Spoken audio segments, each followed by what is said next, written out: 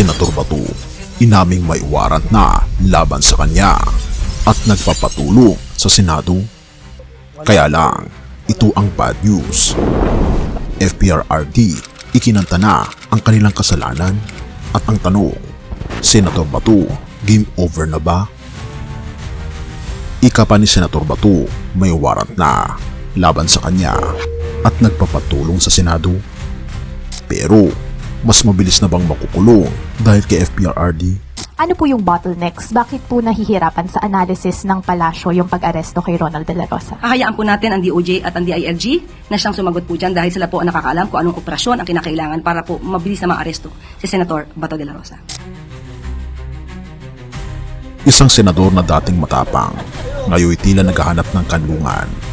Sa gitna ng lumalakas na bulong-bulungan, kinumpirma na mismo ni Senator Ronald Bato de la Rosa na may warrant of arrest na siya mula sa International Criminal Court.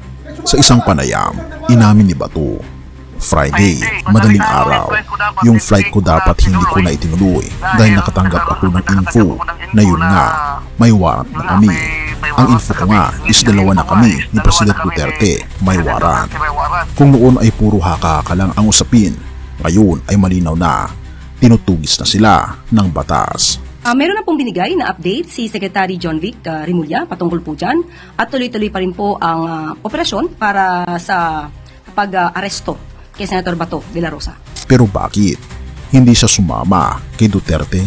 Sa parehong panayam, ipinaliwanag ni Bato na hindi niya itinuloy ang kanyang biyahe dahil kailangan niyang harapin ang sitwasyon mula rito mismo sa Pilipinas. Sabi pa niya, sabi ko, hindi na ako tutuloy para asikasuhin ko yung, diba, sabi ko sa inyo na pag may warrant kami, I will seek judicial relief from the Supreme Court. So yun doon ako nag-concentrate. Ngayon, kinoordinate ko lahat ng lawyers namin. Gagawa kami ng petisyon. Pero teka, kung si Duterte nga ay nakulong, bakit tila may ibang diskarte si Bato? Pero ito ang bad news para kay Senator Bato. Is there a standing order from the President to have Senator Bato arrested? Yes, still, there is. FPRRD, inako na ang pagkakamali. Mas mabilis na bang makukulong si Bato? Habang si Bato ay naghahanap ng depensa, si dating Pangulong Rodrigo Duterte naman ay tila hindi na lumalaban. Sa isang makapangyarihang pahayag, inamin na ng dating Pangulong Duterte ang lahat at inako ang responsibilidad sa war on drugs. Alam kong makukulong ako dahil sa war on drugs at yun na yun. Walang paligoy-ligoy, walang excuse, inamin na ni Duterte ang lahat.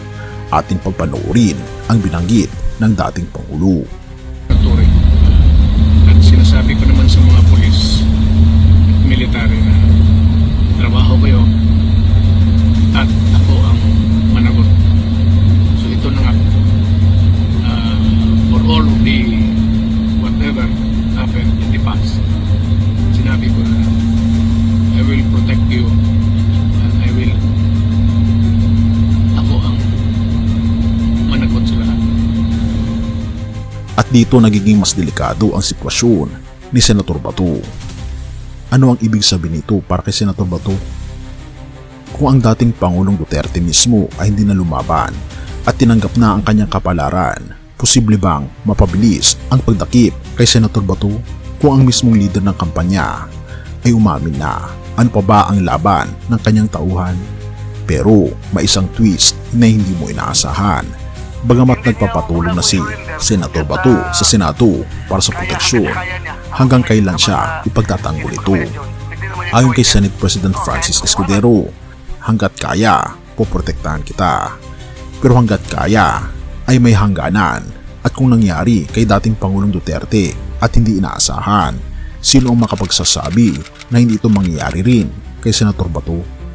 At narito ang pinakamalaking tanong, ano ang kahihinatnan ng isang dating takapagtanggol ng batas na ngayon ay tinutugis ng batas mismo? Abangan dahil ang sagot sa tanong na ito ay maaaring dumating ng mas maaga kaysa inaakala natin. Have mercy, O God. Marcos 8 verse 35. Sapagkat ang sinumang nagtatangkang iligtas ang kanyang buhay ay mawawalan nito. Ngunit ang sinumang mawawalan ng kanyang buhay alang-alang sa akin at sa Ebanghelyo ay magkakamit nito. Ang mundo ay puno ng mga taong nagsisikap na protektahan ang kanilang sarili mula sa kapahamakan gamit ang kapangyarihan, impluensya o kahit ang batas. Ngunit sinabi ng ating Panginoon Hesus na ang tunay na kaligtasan ay hindi nakasalalay sa ating sariling pagsisikap kundi sa pagsuko ng ating buhay sa Kanya. Makikita natin ito sa sitwasyon ni Senator Bato. Sa kabila ng kanyang pagiging matapang noon, ngayon ay nag-aanap siya ng proteksyon mula sa Senado, natatakot sa darating na hatol. Ngunit ang tanong, kanino nga ba dapat tayo tumakbo kapag tayo ay hinahatulan? Sa tao ba o sa ating Panginoon Hesus? Ang ating Panginoon Hesus mismo ay natulan ng hindi makatarungan. Inusig siya, pinahirapan at ipinako sa krus.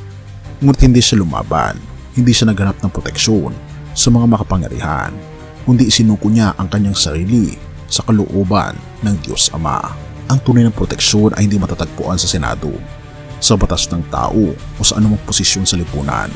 Ang tunay na kaligtasan ay matatagpuan lamang natin sa ating Panginoon Kristo. Kaya ngayon, tanungin natin ang ating sarili, saan natin inilalagay ang ating pagtitiwala, sa sarili nating lakas o sa biyaya ng ating Panginoon Hesus. Ang pag-amin ni dating Pangulong Rodrigo Duterte na siya ay makukulong ay isang patunay na ang lahat ng bagay sa mundong ito ay may hangganan. Ngunit sa kabilang banda, may pag-asa pa rin para sa sinumang tunay na magsisisi at lumapit sa ating Panginoon Kristo. Kaya anuman ang iyong sitwasyon ngayon, kaibigan, kahit gaano kalalim ang kasalanan, ang ating Panginoon Hesus lamang ang tanging kanlungan natin na hindi matitinag. Kaya naman, kaibigan, huwag tayong tumakbo sa proteksyon ng tao. Tumakbo tayo sa nag-iisang tagapagligtas, ang ating Panginoon Hesus. Purihin ang ating Panginoon Diyos at salamat sa iyong pakikinig. Tayo manalangin. Ama naming Diyos na makapangyarihan sa lahat, Ikaw po ang Diyos. Ikaw po ang Diyos na tunay na umiibig sa amin. Buhay na Diyos na siyang nagbibigay sa amin ng pinakamainam na direksyon patungo sa pinakamainam na buhay. Nakasama po namin ang aming Panginoon Hesus.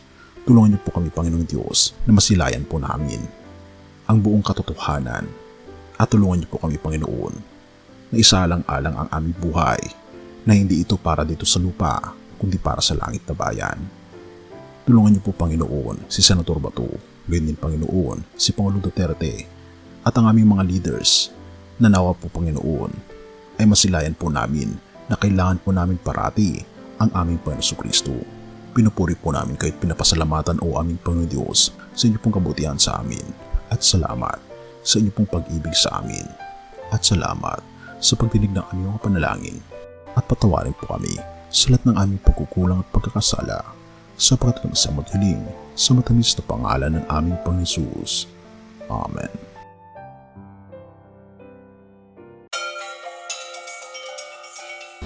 Bago natin ipagpatuloy, kaibigan, siya nga pala ang Great Controversy na isa sa mga pinaka-kontrobersyal na libro dahil tumutukoy ito sa mga propesiya sa libro ng Daniel at Revelation na nagaganap na sa panahon natin ngayon bago ang pagdating ng ating Panginoong Diyos ay pinamimigay na namin ng libre sa pamamagitan ng PDF.